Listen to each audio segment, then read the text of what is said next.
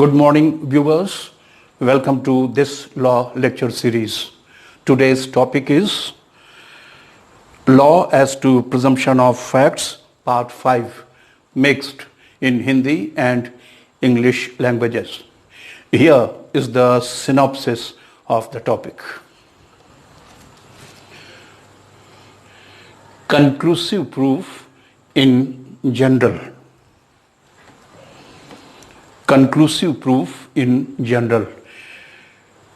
निश्चायक साक्ष्य सामान्यतः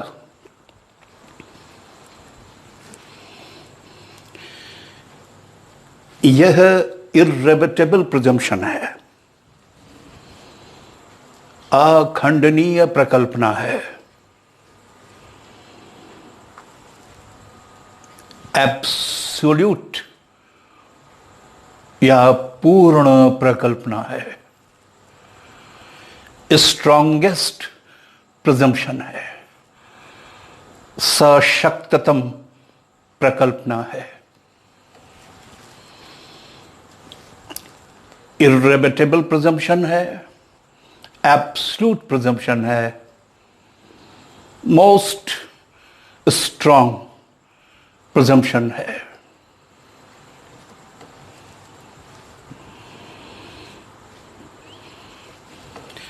लैटिन में इसे जूरिस एट डी जूरे कहते हैं। जूरिस एट डी जूरे कहते हैं। इसका अर्थ है irrebuttable presumption, absolute presumption, mandatory presumption, the strongest of all the presumptions. पूर्ण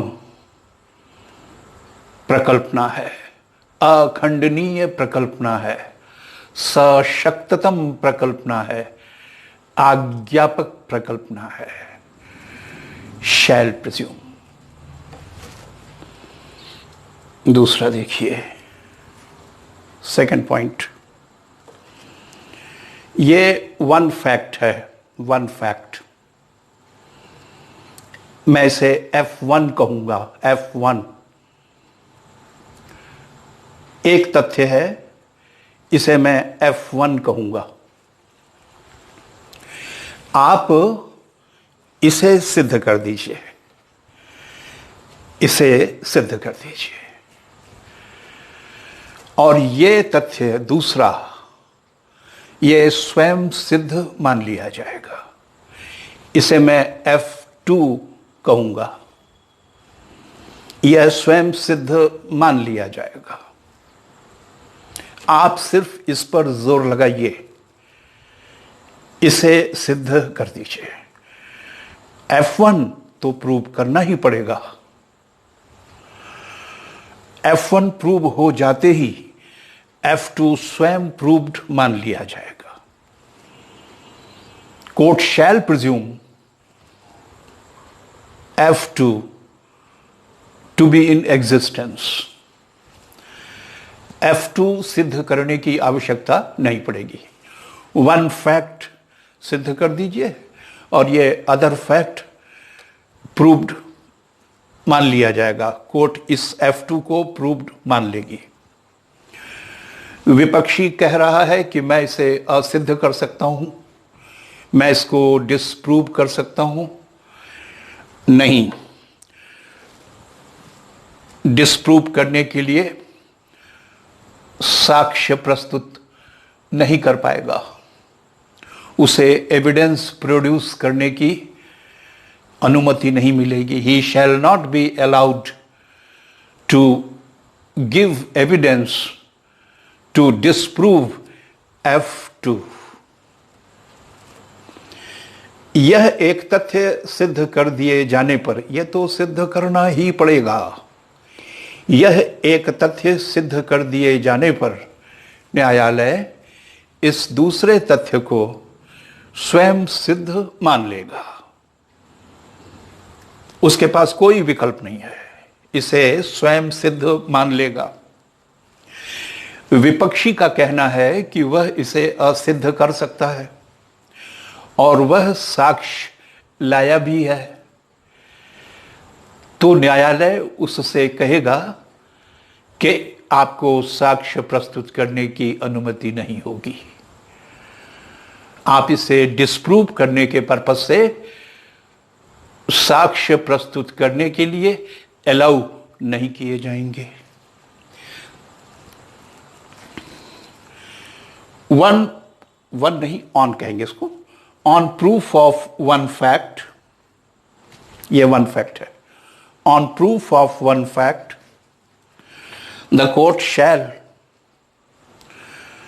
लगा हुआ है, मैंडेटरी है, कोई ऑप्शन नहीं है।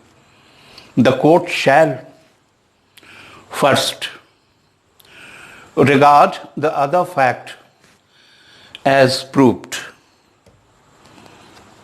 दूसरे वाले तथ्य को सिद्ध मान लेगा, और शैल नॉट अलाउ एविडेंस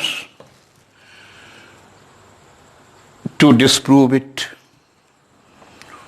उस दूसरे तथ्य को असिद्ध करने के लिए, डिस्प्रूव करने के लिए साक्ष्य अलाउ नहीं करेगा। ये प्रिलिमिनरी फैक्ट है, वन फैक्ट, इसे प्रूव कर दीजिए और इत्मीनान से बैठिए। ये दूसरा फैक्ट प्रूव्ड माना जाएगा, कोर्ट इसे प्रूव्ड मानेगा, और यदि कोई पक्ष इसे असिद्ध करने के लिए एविडेंस प्रपोज करता है तो न्यायालय उसे असिद्ध करने के पर्पज से एविडेंस देना अलाउ नहीं करेगा। ये कंक्लूसिव प्रूफ है। जहां कहीं इस अधिनियम द्वारा यह घोषित है कि इस एक तथ्य के सिद्ध कर दिए जाने पर न्यायालय इस अन्य तथ्य को सिद्ध मानेगा, वहां न्यायालय इस एक तथ्य के सिद्ध कर दिए जाने पर इसे स्वयं सिद्ध मानेगा तथा इसे असिद्ध करने हेतु साक्ष्य प्रस्तुत करने को परमिट नहीं करेगा। स्ट्रॉन्गेस्ट प्रिजम्पशन है, मैंडेटरी प्रिजम्पशन है, एब्सोल्यूट प्रिजम्पशन है, इररेबटेबल प्रिजम्पशन है, जूरिस एट डी जूरे है। आइए अब आगे चलते हैं। बेसिस, ऐसा क्यों है? ऐसा क्यों है कि इस एक तथ्य के सिद्ध कर दिए जाने पर न्यायालय इस अन्य तथ्य को स्वयं सिद्ध मान लेगा तथा इसे असिद्ध करने हेतु साक्ष्य प्रस्तुत करने की अनुमति न देगा? ऐसा क्यों है? मैं प्रिज्यूम में साक्ष्य प्रस्तुत करने की अनुमति मिलती है और डिस्प्रूव कर सकते हैं। शैल प्रिज्यूम में भी डिस्प्रूव करने के लिए साक्ष्य देने की अनुमति मिलती है, वहां मिलती है, यहां नहीं मिलेगी। मैं प्रिज्यूम में डिस्प्रूव किया जा सकता है, वह रेबेटेबल प्रिजम्पशन है। शैल प्रिज्यूम में भी एविडेंस देकर डिस्प्रूव किया जा सकता है, वह भी रेबेटेबल प्रिजम्पशन है। किंतु आप पढ़ रहे हैं कंक्लूसिव प्रिजम्पशन, यह तो एब्सोल्यूट है, मैंडेटरी है, इररेबेटेबल है, जूरिस एट डे जूरे है। दूसरे तथ्य को सिद्ध मान लिया जाएगा फाइनली, और उसे डिस्प्रूव करने के लिए एविडेंस दिया जाना अलाउ नहीं किया जाएगा। चलिए वो तो ठीक है, मैं यह जानना चाहता हूं कि विधि यहां पर इतनी कठोर क्यों है? विधि में इतनी कठोरता और अंतिमता, इतनी फाइनलिटी क्यों है? एक सिद्ध कर दो, दूसरा फाइनली सिद्ध, असिद्ध नहीं करने दिया जाएगा। क्यों?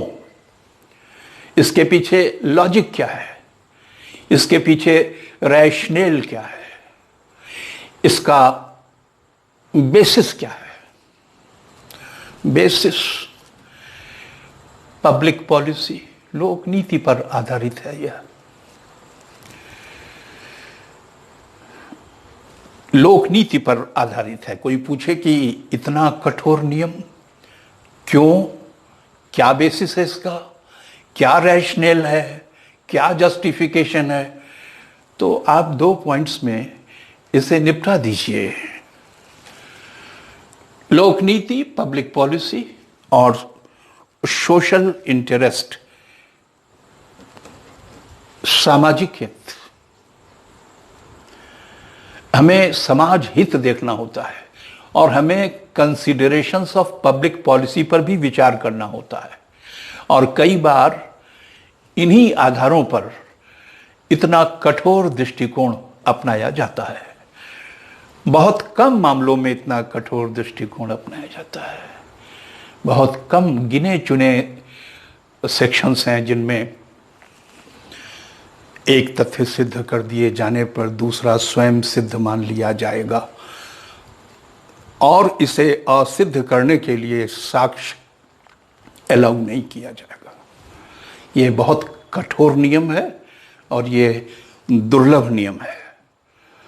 इंडियन एविडेंस एक्ट के सेक्शन 41, सेक्शन 112 तथा सेक्शन 113 में बस कुल 3 सेक्शंस हैं। आधार क्या है कंक्लूसिव प्रिजम्पशन का? आधार क्या है? कंसिडरेशंस ऑफ पब्लिक पॉलिसी, लोकनीति से जुड़े हुए पक्ष, समाज हित, larger interest of the society, इन्हें ध्यान में रखते हुए इतना कठोर और अंतिम नियम बनाया गया है।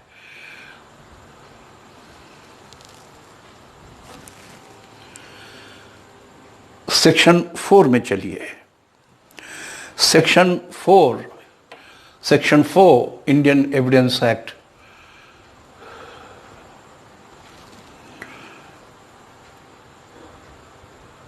में डिफाइंड है। ये तीनों पद परिभाषित हैं। The 3 terms are defined. कौन कौन से? मे प्रिज्यूम और शैल प्रिज्यूम और कंक्लूसिव प्रूफ।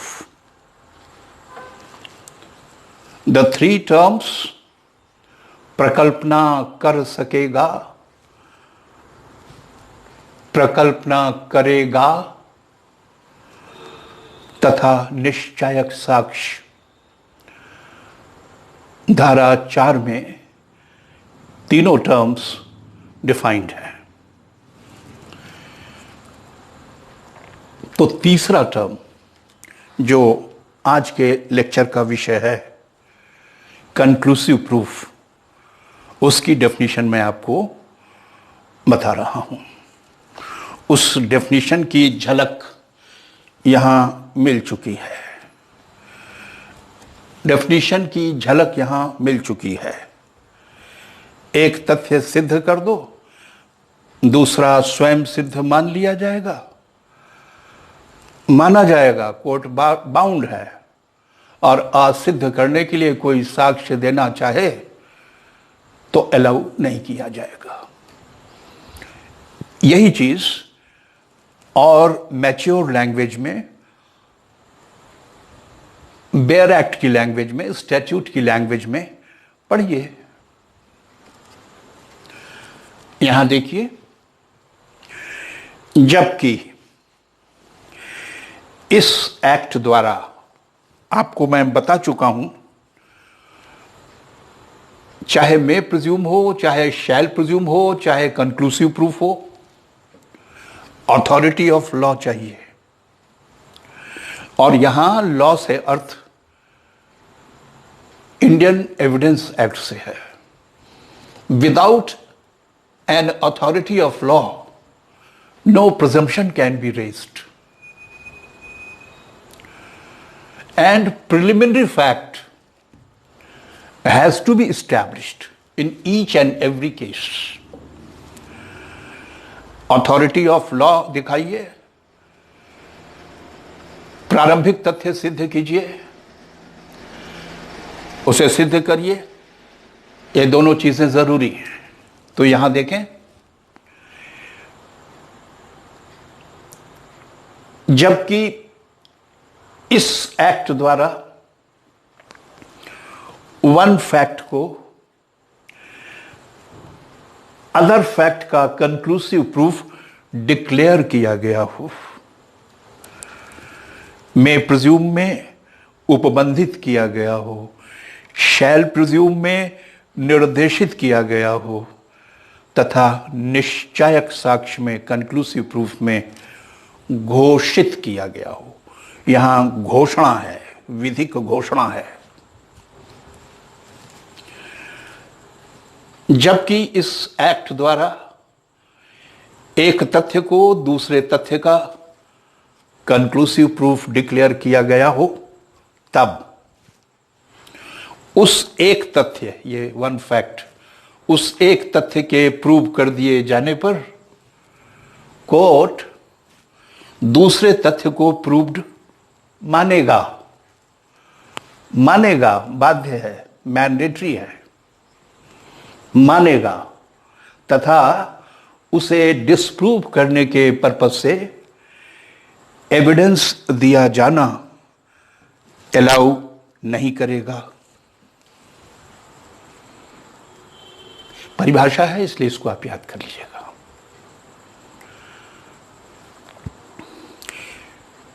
जबकि इस अधिनियम द्वारा यह घोषित है कि एक तथ्य के सिद्ध कर दिए जाने पर दूसरा तथ्य स्वयं सिद्ध मान लिया जाएगा, तब न्यायालय एक तथ्य के सिद्ध हो जाने पर दूसरे तथ्य को सिद्ध मानेगा तथा उसे असिद्ध करने हेतु साक्ष्य प्रस्तुत करने की अनुमति नहीं देगा। याद कर लीजिएगा, इसको इर्रिबेटेबल प्रिजम्पशन है। दूसरी पार्टी कह रही है कि मेरे पास साक्ष्य है, मैं असिद्ध कर दूंगा। नहीं, साक्ष्य अलाउ ही नहीं करेंगे, सिद्ध कैसे कर देंगे, असिद्ध कैसे कर देंगे आप? कोर्ट के पास पावर कहाँ है? क्या वो आपको विधि का उल्लंघन करके साक्ष्य देने देगा? जब मना किया गया है कि डिस्प्रूव करने के पर्पस से साक्ष्य देने की अनुमति नहीं दी जाएगी, तो फिर कोर्ट, विधि का न्यायालय अनुमति कहां से दे देगा? How can a court of law give you permission to adduce evidence to disprove the second fact? नहीं कर सकता।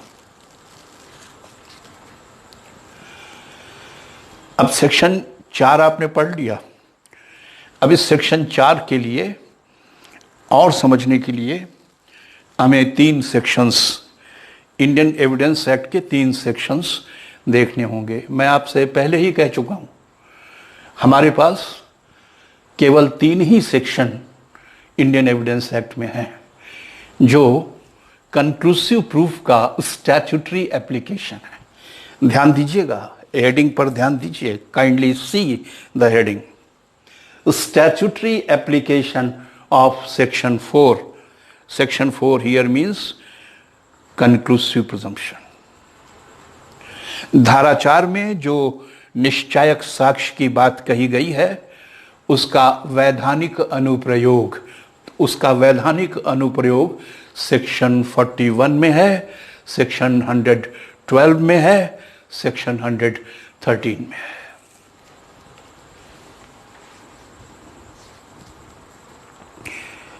एविडेंस एक्ट में केवल 3 सेक्शंस हैं, और आईपीसी में चलो तो वहां से सेक्शन 82 ले सकते हो। कोई पूछ दे आपसे कि कंक्लूसिव प्रिजम्पशन का कोई और सेक्शन बताइए, इंडियन एविडेंस एक्ट के बाहर से कोई बताइए, तो आप सेक्शन 82 आईपीसी बताइएगा।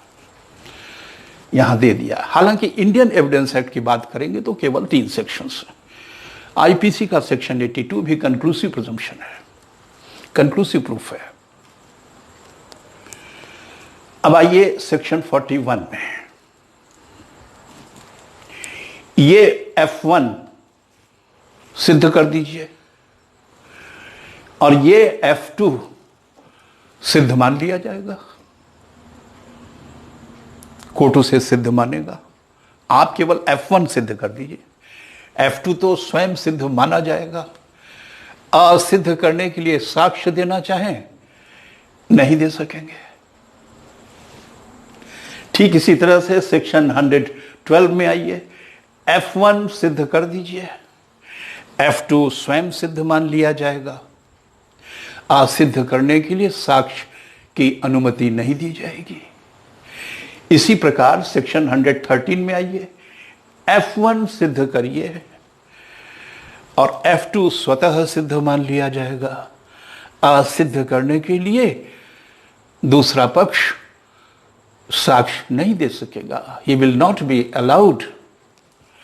ऐसे ही अगर हम सेक्शन 82 में चलें तो ये वाला फैक्ट सिद्ध कर दीजिए F1 और यह स्वयं सिद्ध मान लिया जाएगा।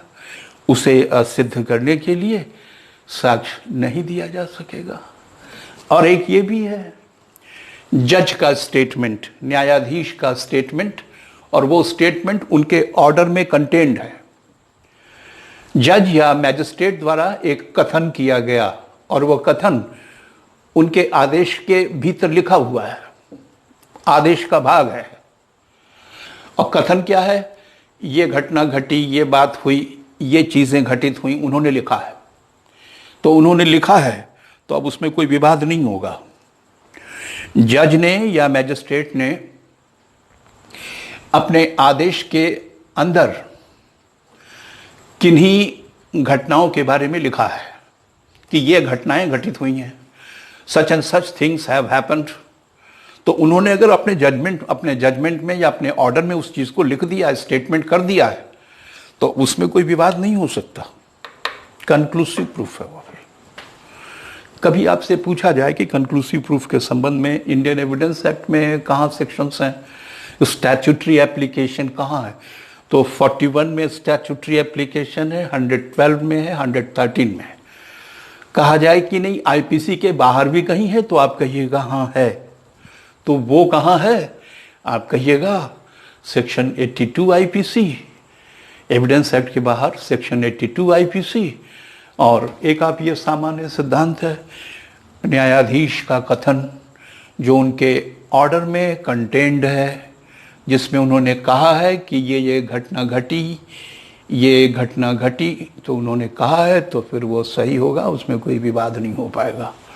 कोई कहे कि मैं असिद्ध कर सकता हूँ, ऐसी घटना नहीं घटी, नहीं, न्यायाधीश ने अपने आदेश में कथन किया है कि ऐसी घटना घटी, तो घटी उसने लिख दिया, कथन कर दिया ऑर्डर के हिस्से में, वो फाइनल है, कंक्लूसिव है। अब उसको असिद्ध करने के लिए साक्ष्य परमिट नहीं किया जाएगा।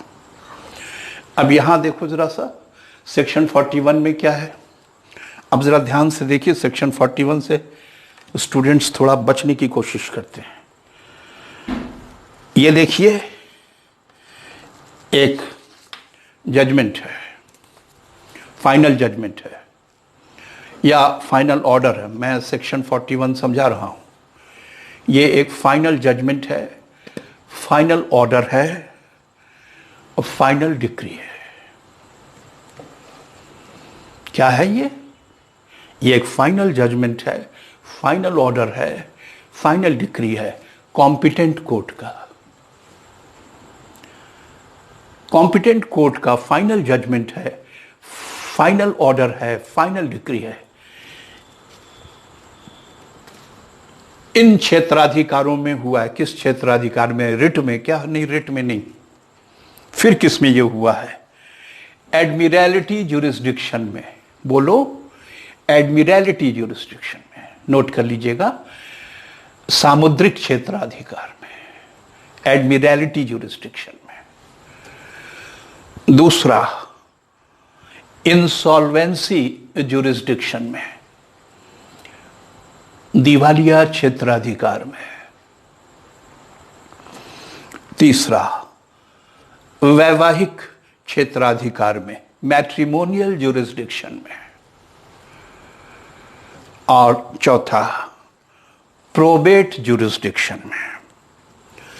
ये कॉम्पिटेंट कोर्ट का जजमेंट है, कॉम्पिटेंट कोर्ट की डिक्री है, फाइनल जजमेंट है, फाइनल डिक्री है, फाइनल ऑर्डर है कॉम्पिटेंट कोर्ट का।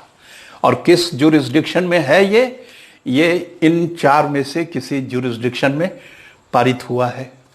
ज्यूरिसडिक्शन कौन से हैं? पहला, एडमिरैलिटी ज्यूरिसडिक्शन, सामुद्रिक क्षेत्राधिकार। दूसरा, दिवालिया क्षेत्राधिकार, इंसॉल्वेंसी ज्यूरिसडिक्शन। तीसरा, मैट्रिमोनियल ज्यूरिसडिक्शन। और चौथा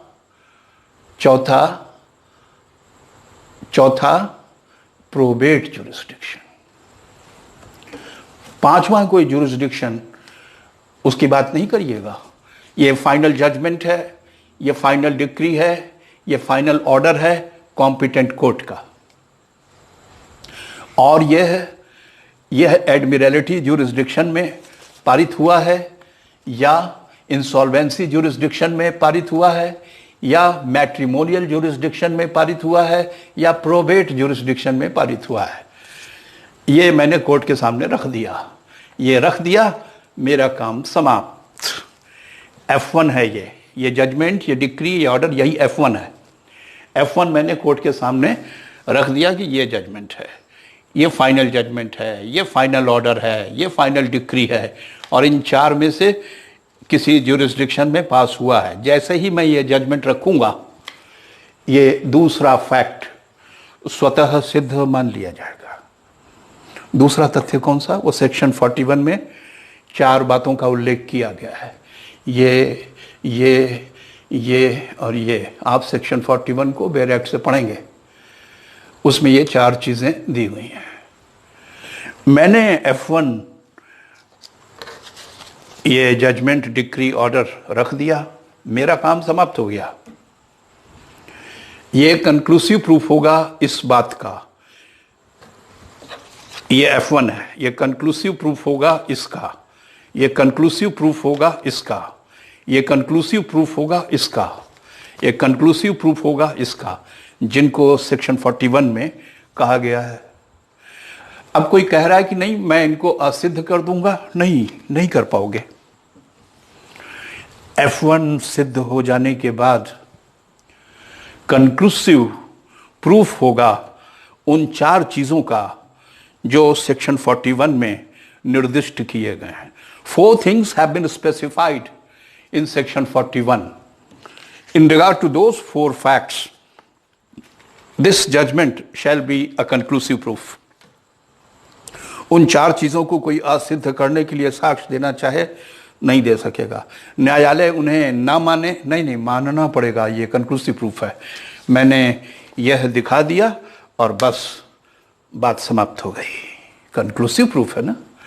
इसी तरह से इस सेक्शन में आ जाओ, सेक्शन 112 में। सेक्शन 112 में F1 दिखाइए। मैंने कहा ये जो मिस्टर एक्स हैं, ये जो मिस्टर एक्स हैं, इनकी मां, ये जो मिस्टर एक्स हैं, इनकी मदर और मेरे बीच, ये जो मिस्टर एक्स हैं, इनकी मदर और मेरे बीच एक वैलिड मैरिज थी, और इनकी मदर और मेरे बीच वैलिड मैरिज के दौरान इनका जन्म हुआ था। तो ये मेरा लेजिटिमेट चाइल्ड माना जाएगा। कोई कहे कि नहीं ये लेजिटिमेट चाइल्ड नहीं है आपका, नहीं, कह ही नहीं सकते आप, फाइनल है, कंक्लूसिव। मैंने दिखा दिया F1 क्या है कि इस मिस्टर एक्स की मदर और मेरे बीच एक वैलिड मैरिज थी और उस वैलिड मैरिज के दौरान मिस्टर एक्स पैदा हुए थे, तो यह माना जाएगा कि यह मिस्टर एक्स मेरी यानी इनकी माँ के हस्बैंड की धर्मज संतान है, लेजिटिमेट चाइल्ड है। अब तुम कहो कि नहीं, ये आपकी लेजिटिमेट चाइल्ड नहीं है, धर्मज संतान नहीं है, कुछ नहीं, कोई नहीं सुनेगा अब आपको। ये सिद्ध कर दिया कि इसकी माँ और मेरे बीच वैलिड मैरिज था और दौरान वैलिड मैरिज ये जन्मा है, बात खत्म हो गई। अब ये मेरी लेजिटिमेट संतान है और मैं इसका फादर हूं। अब इसमें कोई भी तर्क वितर्क नहीं चलेगा, कोई साक्ष्य नहीं दिया जाएगा। दूसरा, अगर मैं ये नहीं सिद्ध करूं, यह सिद्ध करूं कि इसकी मां और मेरे बीच एक वैलिड मैरिज थी, मगर वो मैरिज टूट गई, डिसॉल्व हो गई, और जब मैरिज डिसॉल्व हो गई उसके बाद ये पैदा हुए हैं, डिसोल्यूशन ऑफ मैरिज के बाद पैदा हुए हैं, within 280 days from the date of dissolution of marriage. जिस दिन इसकी मां और मेरा विवाह समाप्त हुआ, समापन की तिथि से 280 दिनों के भीतर यह पैदा हुआ है, और इन 280 दिनों के भीतर इसकी मां ने, जो कि मेरी पूर्व पत्नी है, रीमैरिज नहीं किया था। हाँ, तो ये दिखा दो तब भी बात बन जाएगी, यह माना जाएगा कि यह मिस्टर एक्स मेरी धर्मज संतान है।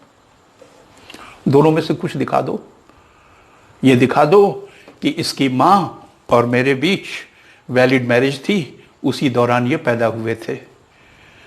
या ये न दिखा सको तो एक विकल्प है, वो दिखा दो, जिस दिन मैरिज डिसॉल्व हुई थी इसकी मां और मेरे बीच की मैरिज डिसॉल्व हुई थी, उस डिसोल्यूशन की डेट से 280 दिनों के भीतर ये जन्म लिया, और इन 280 दिनों में इसकी मां यानी मेरी पूर्व पत्नी, उन्होंने दूसरा विवाह नहीं किया था, तब भी यही माना जाएगा और निश्चायक तौर पर माना जाएगा कि ये मेरी संतान है, मेरी लेजिटिमेट चाइल्ड है।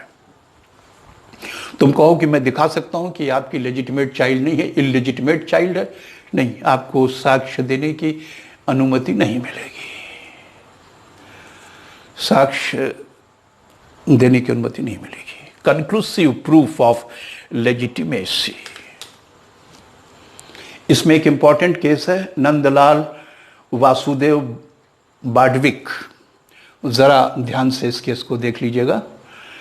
नंदलाल वासुदेव बाडविक वर्सेस लता नंदलाल बाडविक, 2014 सुप्रीम कोर्ट।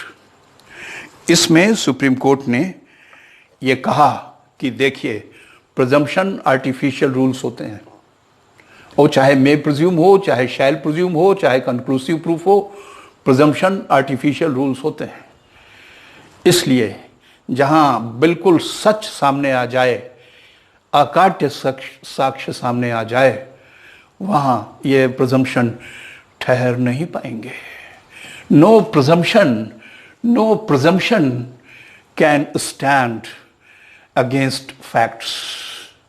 जब सच्चाई और तथ्य सामने आ गए हैं तो कोई भी प्रिजम्पशन फिर नहीं ठहर पाएगा। ये पॉइंट देखो यहां पर, presumptions being artificial rules, it cannot override the truth. इसे ध्यान कर लो, और इस केस में यही कहा गया। प्रिजम्पशंस तो आर्टिफिशियल रूल्स हैं, लोकहित समाज हित के लिए हैं, मगर वो सच का गला नहीं दबा सकते।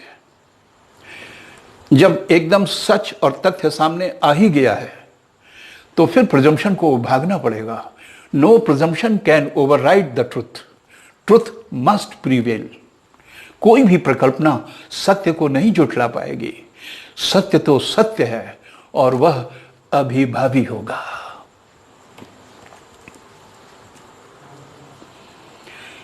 सेक्शन 113 में देखिए, F1 सिद्ध कर दूं तो F2 स्वयं सिद्ध मान लिया जाएगा, और उसे सिद्ध करने के लिए परमिट नहीं किया जाएगा, साक्ष्य नहीं देने दिया जाएगा। कोर्ट ने मुझसे पूछा, ये क्या है, ये क्या है? मैंने कहा, ये गजट नोटिफिकेशन है, यह गैजेट नोटिफिकेशन है। मैंने गैजेट नोटिफिकेशन की कॉपी न्यायालय के सामने रखा और इस गैजेट नोटिफिकेशन में साफ लिखा हुआ है कि इतना टेरिटरी, इतना राज्य क्षेत्र फला राजा को, फला नरेश को, फला राजकुमार को, फला रियासत को दे दिया गया है। इसमें लिखा है, गैजेट नोटिफिकेशन में लिखा है कि इतनी टेरिटरी फला नरेश को, फला राजा को, महाराजा को, रियासत को दे दी गई है। इसमें लिखा है। तो जब इसमें लिखा है तो अब क्या झगड़ा? दे दिया गया है और वैलिडली दे दिया गया है। यह प्रिज्यूम किया जाएगा, निश्चय साक्ष्य हो जाएगा कि there is a valid session. कोई कहे कि हम डिस्प्रूव कर दे, कुछ नहीं। यह गजट नोटिफिकेशन मैंने कोर्ट के सामने रखा और इसमें साफ लिखा है कि टेरिटरी का इतना हिस्सा इनको सीड किया मतलब इनको विलीन हुआ, इनको दिया गया और इनके राज्य में मिल गया। जब इस गजट नोटिफिकेशन में लिखा हुआ है तो कोई ये कैसे कह सकता है कि नहीं, जो राज्य क्षेत्र का विलीनीकरण हुआ है वो वैलिड नहीं है? नहीं, वैलिड है, ये मान के चलेंगे और इसे असिद्ध करने के लिए साक्ष्य देने की अनुमति नहीं होगी। अगला सेक्शन 82 आईपीसी देखिए। एक बच्चा है जो 7 वर्ष से छोटा है। मैंने कोर्ट के सामने बस इतना दिखा दिया कि इस बच्चे की उम्र 7 साल से कम है। तो कोर्ट कहेगी फिर तो इसने जो कुछ भी किया है वो अपराध नहीं है। कोई कहे कि नहीं, ये बच्चा बड़ा शातिर है और अपराधी किस्म का, और ये 7 साल से छोटा भले ही हो मगर इसका दिमाग 10 साल से भी ज्यादा है, कुछ नहीं सुना जाएगा। बच्चा 7 वर्ष से छोटा है, ये मैंने दिखा दिया, ये F1 है। F1 दिखा देते ही F2 अपने आप मान लिया जाएगा। क्या मान लिया जाएगा? कि यह अपराध करने में सक्षम नहीं है। और तुम कहो कि नहीं ये सक्षम है, मैं दिखा सकता हूं, तो तुम्हें साक्ष्य देने की अनुमति नहीं मिलेगी। F1 means child is under 7 और F2 मीन्स उसका कार्य अपराध नहीं है। डोलाई इन कैपेक्स, 7 साल से कम आयु का बालक अपराध करने में अक्षम माना जाता है। आप दिखा दें कि उसकी आयु 7 वर्ष से कम है, फिर कुछ करने की जरूरत नहीं है। कंक्लूसिव प्रूफ होगा कि उसके द्वारा किया गया कार्य, चाहे उसने 100 लोगों की जान ले ली हो, लेकिन उसके द्वारा किया गया कार्य अपराध नहीं है। और ये मैं आपको बता ही चुका हूं। एक जज हैं, उन्होंने अपने ऑर्डर में लिखा, कथन किया कि ये घटनाएं मेरे सामने घटित हुई हैं, तो उन्होंने कह दिया ये काफ़ी है, कंक्लूसिव प्रूफ है। अब मैं कहूं कि मैं आज सिद्ध कर दूंगा कि ऐसा नहीं हुआ, तो I will not be allowed to adduce evidence, to give evidence. Thank you very much.